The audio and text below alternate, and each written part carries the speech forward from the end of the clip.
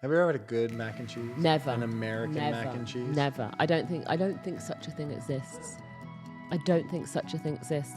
Welcome to Slay, the podcast where we dive into all aspects of female health, fitness, and life. I'm your host, Louise Hazel, and in today's episode, we're going slightly off script for the holidays. Today, we're diving into a topic that has the potential to divide families, shatter hope, and spoil the holiday season for good. It's the food. Do you and your family members argue during the holiday season about the food? Is the holiday time a period of strict tradition, or should we be shaking things up a bit, especially when blending families? Most of you know that I'm married to a wonderful man. He's kind, he's caring, and he's also American. As many of you all know, Eric and I are from opposite sides of the pond, so the holiday season throws up a lot of contentious arguments in our household. And the main discussion that comes up time and time again is the topic of holiday food. Now, what's clear is that we love each other very much, but what's even clearer is that we don't always love each other's traditions. So to kick off today, we're going to jump straight into it. Joining me is a very special guest. It's my forever Valentine, the apple of my eye, my rock, Eric Strangis. Eric, welcome back to the Slay podcast. Pleased to be here, Louise. Are you? I am, absolutely. I see you're wearing your, winter's best. It's the holiday season. I love it. Now, shortly, we're going to dive into a head-to-head. But first of all, I want to know how you feel about the holiday traditions, especially when it comes to food. Is there room for substitutions, or are we sticking to the script? No substitutions. There's a gradual entry process that you have to earn the right to replace another food. Right. So a gradual entry process. What do you mean by that?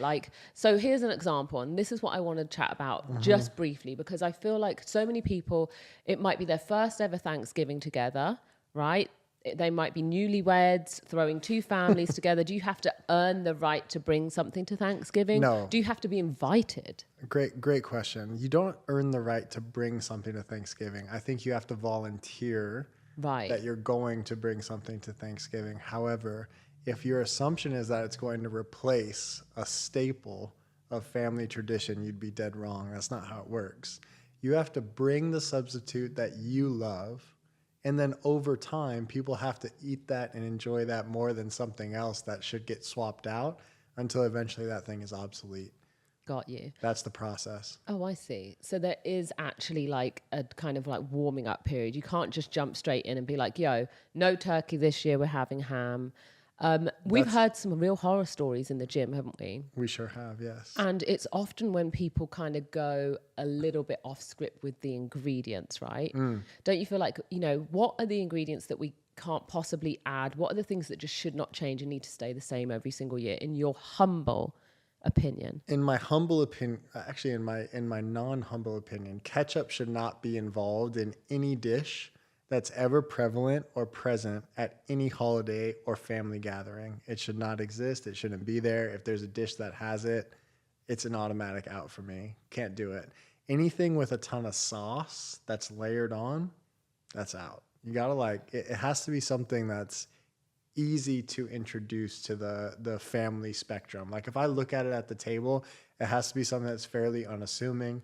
It can't be something that I look at and I'm like, what is this? Give me an example. What's fairly unassuming in your non-humble Bring opinion? a new vegetable, you know what I mean? Roast some parsnips, put a little honey glaze on that. Do something that's kind of light and delicious, maybe a subtle new twist. But you don't want to bring some dish that no one's ever seen. If you have to ask what it is, it's not a good idea. Don't bring curried potato salad to the Thanksgiving party. What can you Not definitely not touch? What is off limits?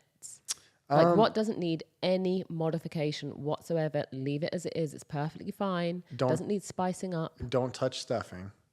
And there's people do have their little different twists to stuffing, but I feel like stuffing is different in every single household though. I feel like I haven't had the same stuffing with at least your family for the past 5 years. I feel like every single year it's been different. See, this is where you're going wrong. And this is how I know that you're not from America. Every family has their version of stuffing. You cannot change that family's version of stuffing unless you're adding. Sometimes if you've ever been to a good Thanksgiving, there might be 4 types of stuffing on the table. because stuffing doesn't get swapped out. You know what I mean? If someone's bringing a dish, they might also be bringing stuffing, but it doesn't replace the traditional family stuffing for that family. Got it. You see So what I'm basically, everyone brings their version of stuffing, and they pick from their preferred stuffing plate Until one of those stuffings just becomes the undisputed champion. Then the other ones can start to fade away. I feel like this is what happened with my apple pie. Yes. Because I feel like in the the Nicholson family, actually, because we were going to your mum's side of the family traditionally, aren't we?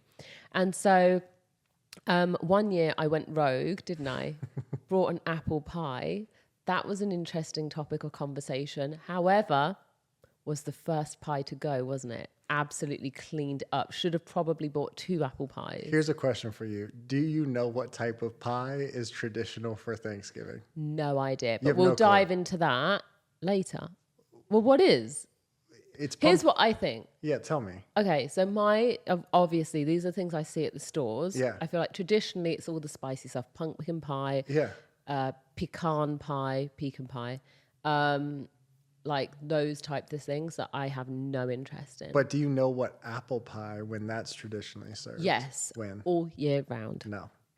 Apple pie is traditionally served on a very, very special American holiday. Which is? The 4th of July. Do you know why it's served? No, but... Neither do I, but I know we beat your butt in a war and celebrate our independence with a good old slice of apple pie, good old American apple pie. And then you wash it down with some pecan pie. No. And maybe some not pumpkin on 4th pie. of July. Anyway, let's get this party started, shall we? Let's do it.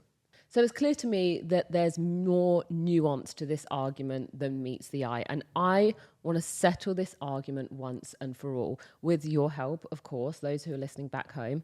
I've put together a list of American holiday dishes that I just don't understand. And we're going to vote on who wins this holiday season. Is it going to be the UK or the US? You guys at home can join along, so grab a pen and paper. And please join us in a game of This or That, the holiday food edition. So we're going to start actually with a sweet dish. I say a dish, it's more like, a snack. One of the things that really upsets me about American holidays is the lack of access to British chocolate. So I'm going to throw something out there. You've got to decide whether and give me a worthy contender, and we're going to decide who takes home the crown. Okay. So you know what it's going to be already. It's Cadbury's chocolate for me all day long. Now, for those of you who haven't tried Cadbury's chocolate, there's no better chocolate in the world. Like, if you haven't tried it at either Easter or Christmas time, then you're missing out. Eric, you've had the benefit of both, right? Yeah. You've grown up on what? What's your favorite? It's hard to say because I'm a chocolate connoisseur and I do appreciate all good chocolates. Hershey's is popular here, but not necessarily my favorite. I don't even know if Lindt, is it Lindt? No, that's not American. That's like Swiss. That? Lindt. See, yeah, I think that's probably a delightful chocolate. But you can't claim it as your own though. I don't claim it for my own. Okay, so Hershey's is probably the best that we have to offer. So it's Hershey's versus Cadbury's. Who's taking it? I think because we've got Cadbury's Flake. A Cadbury Flake's phenomenal. And we've got like mini eggs at Easter. Delicious. Then let's not even talk about like the multi-pack Christmas, like little wrapped up everything. Never even seen them, but I'm sure they're great. Are we 100% the UK wins out. Do. Cadbury just takes the cake. It really does. It does. When you have some like a Cadbury Flake, bringing back chocolate from the UK is just a treat. One of your favorite things. I love it. I love that. I love that you love it. So good. Okay, moving on to number 2. Okay, one of the next foods that I just don't understand is green bean casserole. How do we go from chocolate to green bean casserole? Can we have some sort of like... You I feel need the deck is stacked against the US right now. You go from chocolate to green bean Well, I'm bringing up all of the casserole. 10 foods or 10 to whatever, 15 foods that I just don't get. I don't understand. You don't get American chocolate? No. How do you go straight to green bean casserole? Don't even worry about it. Green bean casserole. So I feel like the equivalent in the UK is just like good old garden peas. I don't know why we have to take something that's already good, green beans, and then slop a ton of like calories on it. Because this is Thanksgiving, man. It's about the calories, Louise. You wouldn't understand. we were getting together for a feast. Have you know what ever I mean? The harvest? Have you ever made green bean casserole? Never in my life. Have you ever eaten green bean casserole? 0 times. 0 times green Yeah. bean casserole. So it's not a staple in your house. I Because I mean, feel like it's we there. have green It's- beans. No. This is what I'm saying. This is a dish that's at every family Thanksgiving. And we Green bean just happen to casserole's there. swerve it. What's in it? Is it cream? I'm not entirely sure. I do know there's fried onions on top. Okay. And I do know that there's green beans. And I do know that there's some sort of white sauce on it, which really isn't my vibe. But I also know that if that's not going to appear at Thanksgiving, someone's going to be pissed. Who's it likely to be in your household? I don't know. I've never actually seen anyone eat it, to be fair. I just know someone's going to be upset if it's not there. Wild.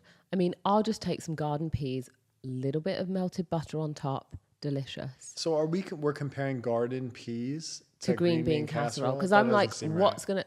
It easily Give me trumps, something more exotic than a garden pea. just a green bean without the casserole part. I mean, I guess what we're getting to here is that the UK really doesn't season any food. Oh, we don't need to because there's just so much flavour in everything else. I don't especially think the meat. No one So describes. you're the basically UK food saying as the UK have flavorful. won on that one. I think that's a UK. We need to give you a white flag, like a surrender flag. I will begrudgingly give that to the UK. Okay, I'm going to get you a UK flag so that you can wave it because at the minute we just have UK, US. I refuse. But don't forget to keep a score, Eric. What are we? 2-0? Now, here's a food that, like, I'm neither here nor there on this one. So in America, you guys have mashed potato at Thanksgiving and Christmas as well, no? Yes. And in the UK, we have roast potatoes. And do you know why we have roast potatoes? Because it's a treat. Like a roast potato, mashed potato, you can have any day of the week, Monday through Sunday. Any day of the week, mashed potato is not a particularly special dish. It's just mashed potato.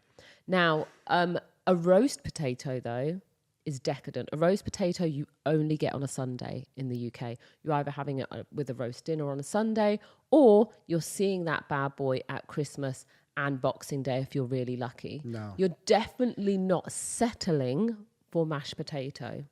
Okay. I'm just trying to fully comprehend what's happening here. You're trying to put a roast This is what's potato happening. over mashed potato. Yeah. You're forgetting a really important component of mashed potato at Thanksgiving. Which is? Gravy. Mashed potato and gravy. And the gravy here is coming from the drippings of the turkey. This is not just, no. This is not some stuff you buy in the store and mix over a little bit of water in a pan. This is the real deal Holyfield of gravy. And we put that on the mashed potatoes. And that alone puts that over a roast potato. Not to mention, the roast potatoes are very hit or miss, and you know this. You could get, if you get a good roast potato, I'll tell you this. If you take an A+ roast potato, it can compete. But the likelihood of getting an A+ roast potato is really slim. It is, honestly. Half the time you bite into one of those things and it's raw. It's dry on the inside. Man, Okay, it's awful. I'm going to be fair and I'm going to give you that one. Because honest to gosh, like, it's hard to get a mashed potato. Say, can you see? Oh, please save us. I know spare you've been us. practicing your lyrics lately. I've heard you. Thank you. By the dawn's early. Anyway, you took that one, mashed potato. Okay, now this is a guaranteed win for the UK. Creamed corn versus just straight old corn on the cob. Corn on the cob, again, with a little knob of butter. Like, again, bit like the green bean casserole. Why take something that's good and absolutely desecrate it with cream? Like, it doesn't make any sense. Why add all the... I don't get it. You know, Creamed corn, come on, Eric. let's just for a moment put creamed corn to the side. What I'm starting to realize is that on the 4th of July, we might have just taken all of your favorite dishes and made them better by celebrating our victory over you. Corn on the cob is a 4th of July dish. You don't get corn on the cob at Thanksgiving dinner. That is insane. I'm going to be bringing corn on the cob to this Thanksgiving No dinner. one's I'm gonna bringing touch it. it. I'm bringing it. I'm bringing a nice little knob of butter. That's I'm going to nuts. see how it goes down. What don't you want Yeah, about the corn on the cob? You get that, but then you get the little furry bits inside the corn on the cob. No And one then wants that's that. what the toothpicks are for. No, that's what you do at 4th of July for There's a barbecue. no way on earth that creamed corn beats corn on the cob. No, we watch fireworks. We eat corn on the cob. We eat our apple pie. We celebrate our victory. We're not talking about over we're our not talking about oppressors. 4th of July. We We're talking celebrate about the victory over holiday our season. UK oppressors. I think we've won this one. Creamed corn versus corn on the cob. Keep it straight. Keep it straight from the farm. Stick a little bit of butter on it. This isn't about creamed corn. Okay. It's very much about creamed corn. No. Okay, here's what it is about. Here's a really good one. This is one that I've never personally eaten, so I'm being a little bit biased here. But I really just don't understand the idea of candied yams. Candied yams, so far as I'm aware, is yams. So like, yams, kind of sweet potato-ish, like got that sweetness that like a sweet potato has, but not a sweet potato. Very starchy carbohydrate, again, like mashed potato, but slightly more rough, a little bit more root veg. And then the only thing I could think to compare this to in the UK was a Yorkshire pudding. This is insane. And the reason candied yams has marshmallow in, this is a dish that is basically a potato base, then what? With marshmallows in, and then you bake it? What else has it got in it? What else is in candied yams that we need to know about? I'm not entirely... Just that. Here's the thing. I'm not entirely sure, but have you ever had a candied yam? No. Okay. But why? Do you want to know why? Because I don't want potato. I don't want marshmallow with my potatoes. But don't knock it until you've tried it. Until you've had a candied yam, you won't really understand it. It's one of those things. I just feel like if I get it. wanted like marshmallow and that, I'd just have like a lemon meringue. Do you remember the Yorkshire puddings that you made that one year at the house? They were pretty dense. They were not. They could have sunk a ship. Yeah, those would not have beat candied yams. So for those of you in the US who haven't yet had a Yorkshire pudding, it's basically, I'm going to explain this to you. It's basically pancake batter. So you take all of the things that are left over, at the end of the week, and we're talking hundreds of years ago back in the UK, because now it's just baked beans. So flour, egg, salt, butter, and you beat that all together. So like a pancake mix, you put it in the bottom of like a cupcake dish. You fill that cupcake dish with boiling hot oil. Then you add the batter. Then you fluff it up for about 20 to 25 minutes. You get these perfectly fluffy Yorkshire puddings, but they're not sweet.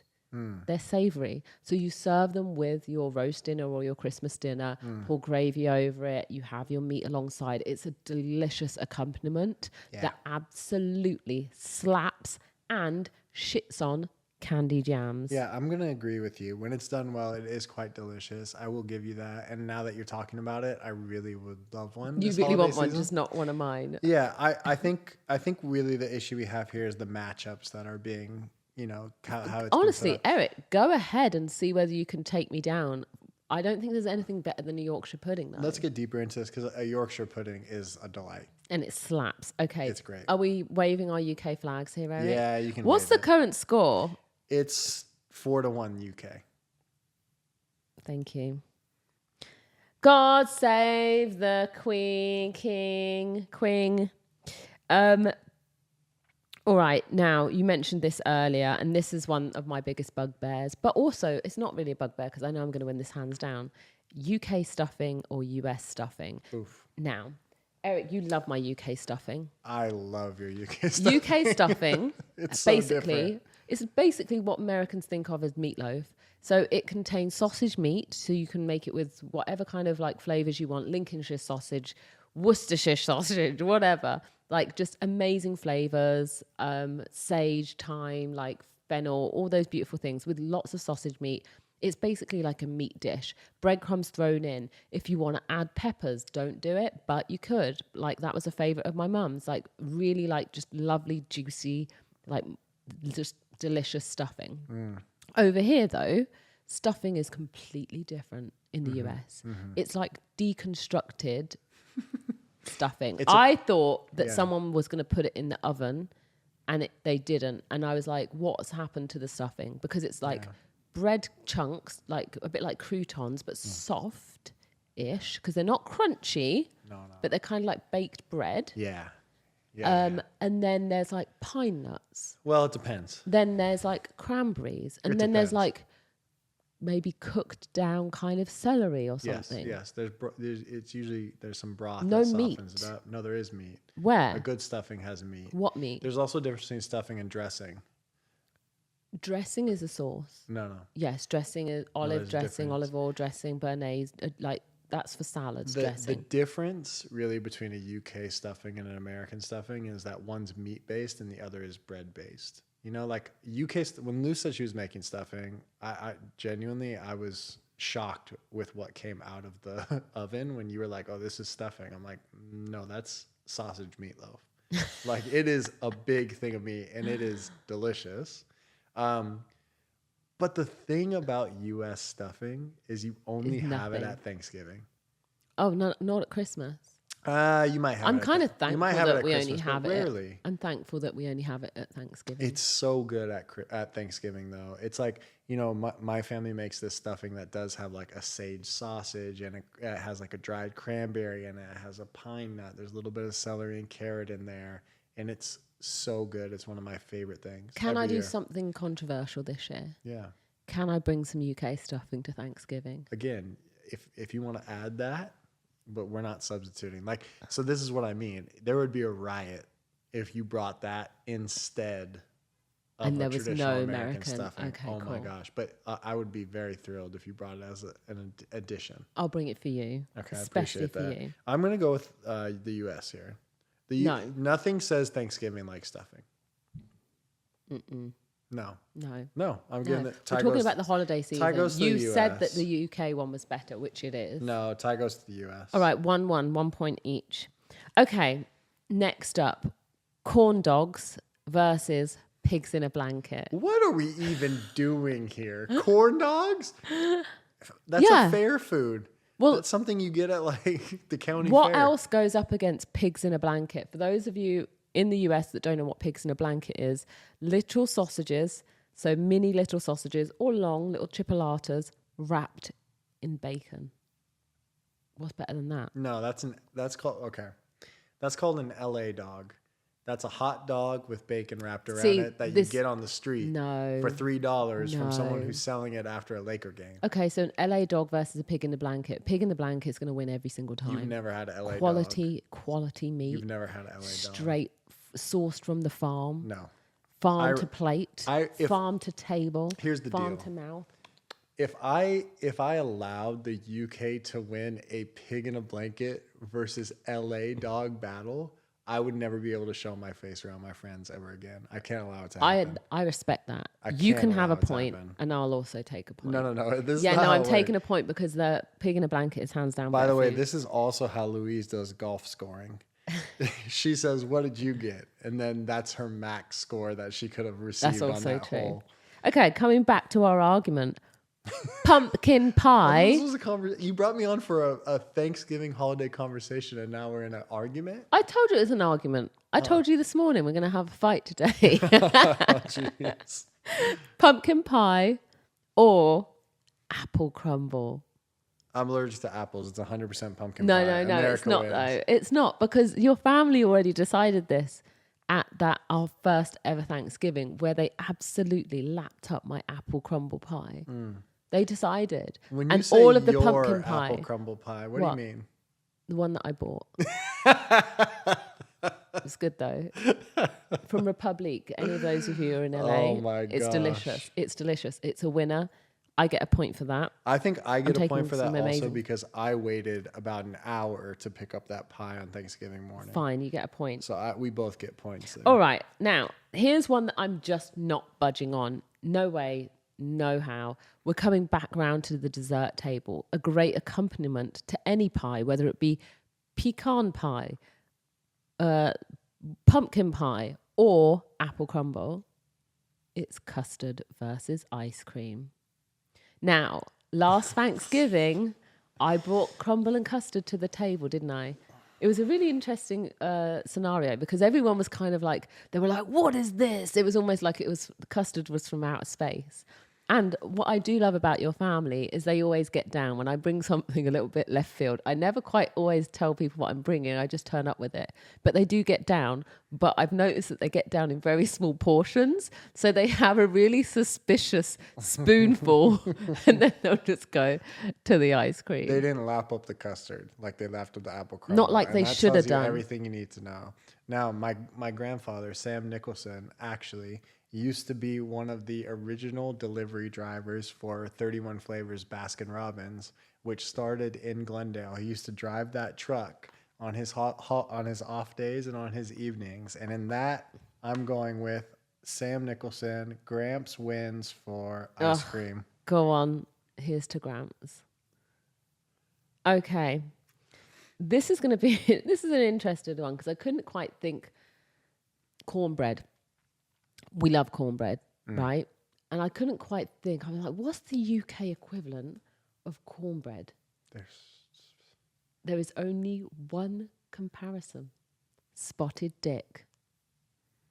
Now, if you don't know what spotted dick is, all of my friendly Americans, I suggest you go and Google it. You might not want that in your search engine. Do not Google spotted dick. Google spotted dick. It is the UK equivalent of cornbread. Oh. Here's what I will say, though. Spotted dick tastes exactly like it sounds. You might want to pass on that. I'm going to go with cornbread on this occasion because spotted dick ain't it. It ain't it. Yeah. It ain't it, guys. Cornbread, however, is delicious. I like it all year round, but I appreciate it more during the holiday period. I'm just waving my flag because it's the U.S. with that one. And we're now in a actually, U.S. is taking the lead. No. Yeah, 6-5. No. You must be messing around. That's impossible. 6-5. Okay, so I've got to turn up the heat a little bit because apparently we're behind. I don't know how that happened. Simple one, mac and cheese. Mac and cheese versus basically anything. Pick like something, though. Chocolate cake. You can't do that. Yes, Chocolate cake is not from mac the and UK. Cheese. Mac, which is a pasta, carbohydrates, plus cheese, which is a fat, cake, plus Have you ever had a good frosting, mac and cheese? Fat. Have you ever had a good mac and cheese? Never. An American mac and cheese? Never. I don't think such a thing exists. Good American mac and cheese. I don't think such a thing exists. Oof. Like, no, we don't. I'd just have chocolate cake, please. Do you know what I mean? If you're going to have those calories, give me it in chocolate cake form. Okay, fair enough. I'll give that to you from that perspective. And so we're now tied at 6. Because you don't even eat mac and cheese. I've noticed that. Now, what's the deal with cranberry sauce from a tin? Yes. What's wrong with just like a jarred, lovely... Yeah. Cranberry sauce is really a love or hate experience, especially at Thanksgiving. People either love it or they hate it. I will tell you this, though. The best cranberry sauce comes out of a can and it's still shaped like the can when it is served on the table. That scares the living daylights out of me. Don't do something fancy with it. A little bit of ocean spray, cranberry sauce right out of the can. You still see the ridges on the cranberries, like the gelatin thing. That's the only way you can have it. You can't have it any other way. I'm out. I'd rather just have a grape. No. But what does that compare to? Cranberry sauce from a glass jar. You can literally get in any store in the UK. Just beautiful cranberry sauce. No way. Just beautiful. Any cranberry sauce that's not out of a tin. No one really wants that. It's definitely out of the tin. I really don't understand that. I would love to see a vote on this in the comment section. Yeah, please. I think want to this know needs if you to want go your to cranberry vote. sauce out of the tin or out of a glass jar. Whatever. Okay, now the other thing that I don't understand about holiday season is the bread rolls, like the dinner rolls. What did you call them? Hawaiian rolls? A Hawaiian roll is a specific thing. Yeah. Yeah. I don't get it. Yeah. I don't get it. Like, we do serve bread at dinner time a lot of the time in the UK, and it's like warm, crusty bread or whatever. Yeah. But also we will serve any types of like appetizers, especially, again, like you can have bread with any meal, like prior to any meal. But when it comes to holiday season, I'm going like amazing appetizers. I'm going shrimp cocktail. I'm going like carrot and coriander soup with some crusty bread on the side. I'm going like pate on toast. But like a dinner roll, just I know that ain't it for me. Where are you going for all of those things? I've never once seen a shrimp cocktail, I've cooked a pate, or a carrot and coriander soup in my house. I have cooked back home in the UK. I've cooked all of those things at Christmas Day How long dinner. have you lived in the US? For 5 years, 6 Longer maybe. than that. 6, maybe 7. There's no way. You don't have appetizers at Thanksgiving. There might be some chips out somewhere. Chips? A little munch. We're not having a 7-course meal. Thanksgiving dinner is the meal. You know what I mean? You're not going to have coriander soup This is where we're going pate and a shrimp cocktail. That's not how it works. We need to elevate the experience. No, this is Thanksgiving. Say charcuterie board. Charcuterie board. Well done, Eric. Yeah. That's the first time I've heard you not say charcuterie. Anyway, on that note, no. UK. Absolutely not. On that note, UK. UK for appetizers. Oh God, no. Soup. No way. Pate and also shrimp cocktail. Crusty bread, I'll give you. Crusty bread. I think the bread in the UK is superior. Okay, that brings us to the end of our this or that, the holiday season. Mm-hmm. Where are we at with the scores? We're tied 7-7. How are we tied? Yeah. How do we do a decider? We need a decider. We need a decider. What is that going to be? Can't think of one. Well, we didn't get to the main course. So I think we have to decide between a turkey and some sort of roast. Here's what I'm gonna this is gonna slap. A brisket, maybe. No. This is gonna slap. What is it? Beef Wellington. Beef Wellington as opposed to turkey. Stop the madness. This is the thing about the UK. Like, we're not super strict when it comes to tradition. Christmas time, yes, turkey. You'll very rarely see a ham. Very rarely. However, Boxing Day, you might have a beef Wellington. Beef Wellington. Sorry, Eric. I hope that everyone knows that my outrage is not fake. Like, I'm actually astonished that you're throwing beef Wellington into the holiday food mix. It's not a holiday dish. It absolutely is. It's a winter warmer, holiday special. And more importantly, in every supermarket in the UK are going to be literally trying to sell those beef Wellingtons off the shelves. So now we're tied. We're not tied. I just won. There you go. There you have it, folks. It's been settled once and for all. The This or That Holiday Food Edit by Eric and Louise. Okay, so our key takeaways. The UK holiday food just slaps. And also I want to give you guys a sleigh challenge for the week. It is holiday week here in the US. And I want to give you just a few tips, really easy things that you can be thinking about, because we do want to enjoy our food. We do want to enjoy our friends. We do want to enjoy our family. One of the first things that I would say would be to try and get those 10,000 steps in each day. You're going to be around friends. You're going to be around family. Grab them out. You might not want to go for a run after a big meal, but you can definitely go for a walk. Eric, have you got anything? Yeah, I think the first thing that you want to do when you wake up Friday morning is move that body. A body at rest likes to stay at rest, and a body in motion stays in motion. Doesn't matter what that movement is, but get up and move the day after Thanksgiving. You'll feel much better for it. That's all from us, and that concludes this episode of Slay. Stay tuned for more empowering discussions on female health, fitness, and life. You can follow me at Louise Hazel on social media, and you can follow Eric at Eric Strangis. You can also check out the Slay brand at Slay Athletic Club now. And don't forget to subscribe to the Slay podcast if you haven't done so already on YouTube. And don't forget to leave us a nice comment. You can also head over to our website, www.slayathletic.com, to get 30% off everything in store now for our Black Friday sale.